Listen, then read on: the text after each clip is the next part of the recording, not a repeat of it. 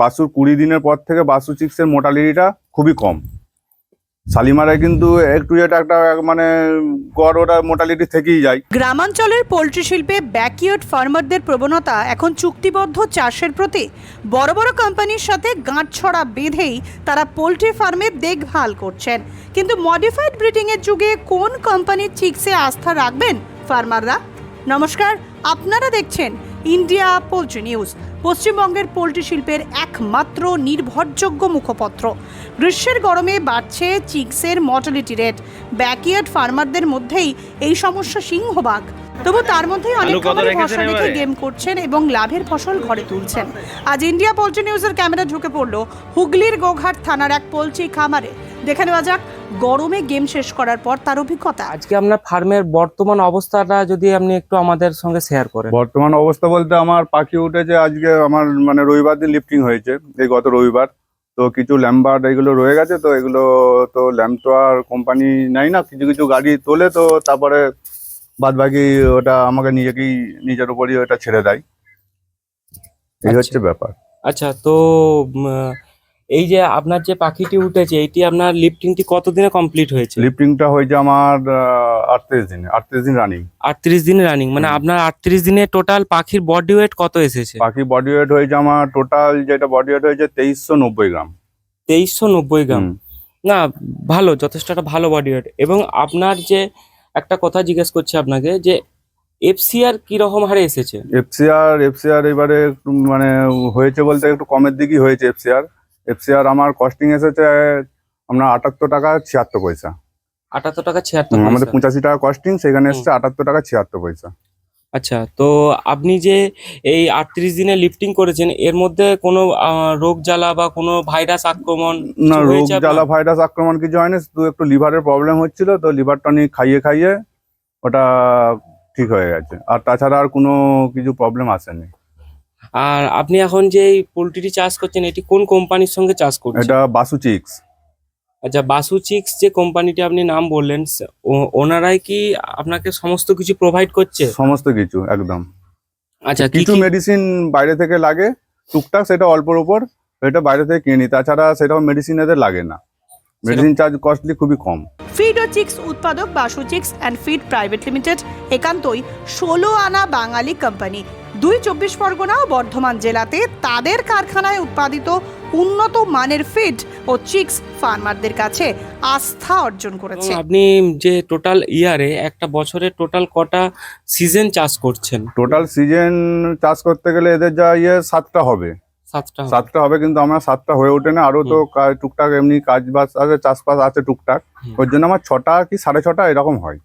আচ্ছা, আপনার এই যে ফার্মটি দেখছি, এটি দেখছি যে দুটি ভাগে ভাগ করা। এই টোটাল আপনার চিক্স হাউস মানে টোটাল ক্যাপাসিটি কত? ক্যাপাসিটি আমার 1750।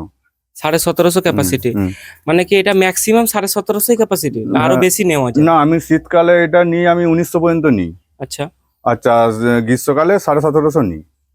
আচ্ছা, মানে আমার 1800 ধরবে, আমি শীতকালে 1900 পর্যন্ত নিই, 1940 এরকম নিই। আর গ্রীষ্মকালে আমি ওই 1700, 1740, 1680 এর মধ্যে রাখি। আচ্ছা দাদা, আপনাকে একটা কথা জিজ্ঞাসা করছি, যে গ্রীষ্মকালে কোন কোম্পানির সঙ্গে টাই আপ করে করা ভালো, বা গ্রীষ্মকালে কোন কোম্পানির বাচ্চাগুলি ভালো, এরকম যদি আপনি আমাদেরকে একটু বলেন।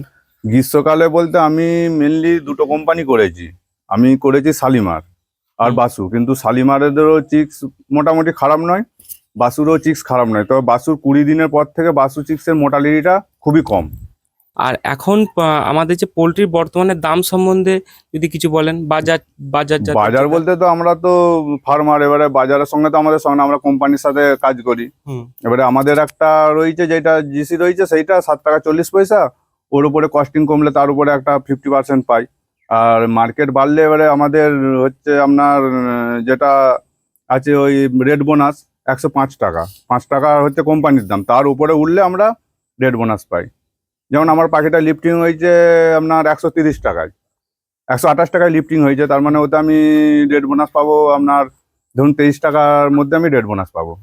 আর আরেকটা যে কোশ্চেন করছি আপনাকে, এই যে আপনি বললেন 1700 কি 1800 পাখি, এর মধ্যে মানে টোটাল একটা ফার্মারের 38 ডেজ কি 40 ডেজ এর মধ্যে কত পেমেন্ট ম্যাক্সিমাম ঢুকতে পারে?